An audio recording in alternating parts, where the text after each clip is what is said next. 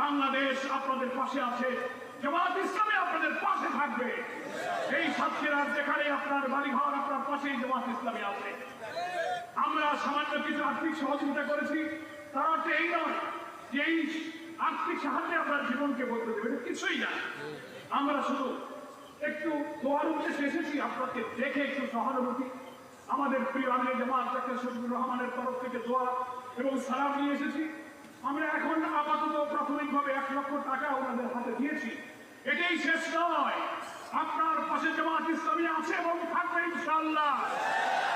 আপনার সন্তান স্বামী বেঁচে থাকলে আপনার সংসার যেভাবে চলতো বলে আপনি এখন বেদনা অনুভব করবেন, আমরা আমাদের রব প্রতিপালকের কাছে দোয়া করি, তারা শুধু চলে গেছে, ওই শূন্যতা আমরা পূরণ করতে পারবো না, কিন্তু তাদের অভাব আল্লাহ তারা বারাকা দিয়ে, প্রশান্তি দিয়ে আল্লাহ তারা আপনাদের পূর্ণ করে দেবেন ইনশাআল্লাহ। তাহলে আপনারা সম্মানিত, আপনারা গর্বিত, এটাই আপনাদের ছাত্রগণ অভ্যুত্থানে যারা নেতৃত্ব দিয়েছে বৈষম্য।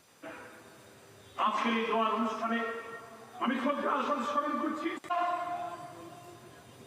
এই সাতক্ষীরার গ্রামে গঞ্জে শহরে নগরে খালে বিলে যে মহান ব্যক্তিত্ব হেঁটে হেঁটে তার জীবনকে ধন্য করে এখানে ইসলামী আন্দোলনের বীজ বপন করে ইসলামী আন্দোলনের দুর্জয় ঘাঁটিতে পরিণত করেছিলেন সেই সাবেক বারবার নির্বাচিত এমপি আমাদের শ্রদ্ধাভাজন নেতা কাজী শামসুর রহমান। তার পায়ের ধুলা, তার ঘাম, তার রক্ত এই মাটির সাথে মিশে আছে। এই মঞ্চে সাতক্ষীরা যে নেতারা বসা আছে, তিনি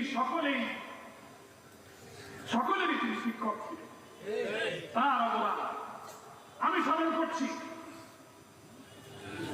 শহীদ হাফেজ মাওলানা আব্দুল খালেক মন্ডল, সাবেক এমপি, যাকে নির্যাতনে কষ্ট দিয়ে তাকে জেলের মধ্যে হত্যা করা হয়েছে।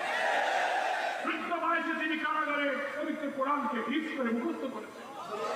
আগরদারি মাদ্রাসার মতো বাংলাদেশ বিখ্যাত এই মাদ্রাসার বরেণ্য অধ্যক্ষ প্রিন্সিপাল হিসেবে সারা বাংলাদেশে তিনি সম্মানিত ছিলেন।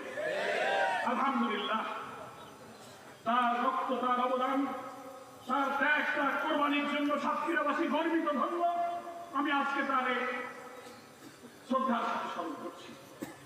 এই 15 বছরের স্বৈর শাসনের বিরুদ্ধে আন্দোলন করতে গিয়ে এই সাতক্ষীরায় প্রায় 1/2 তরুণ ছাত্র যুবক শাহাদাত বরণ করেছে। এখানে আহত হয়েছে প্রায় 150 মানুষ, যাদের চোখ তুলে নিয়েছে, পঙ্গু হয়েছে, হাত কাটতে হয়েছে, পা কাটতে হয়েছে, গুলিবিদ্ধ হয়েছে। 150 মানুষ তারা পঙ্গু হয়েছে। 256টি বাড়িঘর হামলা করে ছাত্রলীগ, যুবলীগ, আওয়ামী ফ্যাসিস্ট সরকার গুর্জেদের দিয়ে বাড়িঘর ভেঙে দিয়েছে। আমি সেই সাতক্ষীরা নির্যাতিত জনগণে দাঁড়িয়ে বলছি, নিশ্চয়ই এখানে দাঁড়িয়ে যারা আমার কথা শুনছেন, তারাও এই নির্যাতনের শিকার হয়েছে। কি বলেন? হাজার হাজার মিথ্যা মামলায় কারাগারে আপনাদেরকে বন্দী করে রাখা হয়েছে। বাড়ি ঘরে নিজের বিবি বাচ্চা সন্তানের কাছে থাকতে পারে নাই, পালিয়ে পালিয়ে জীবন। ব্যবসা বাণিজ্য, ছাত্রদের লেখাপড়া তছনছ হয়ে গেছে। এই স্বৈর শাসকের বিদায়ের পিছনে সাতক্ষীরার এই সংগ্রামী মানুষদের এই ত্যাগ, এই কোরবানিকে আমি শ্রদ্ধার সাথে স্মরণ করছি। আমার প্রিয় ভাইরা, আমরা শুধু ঢাকা থেকে সাতক্ষীরার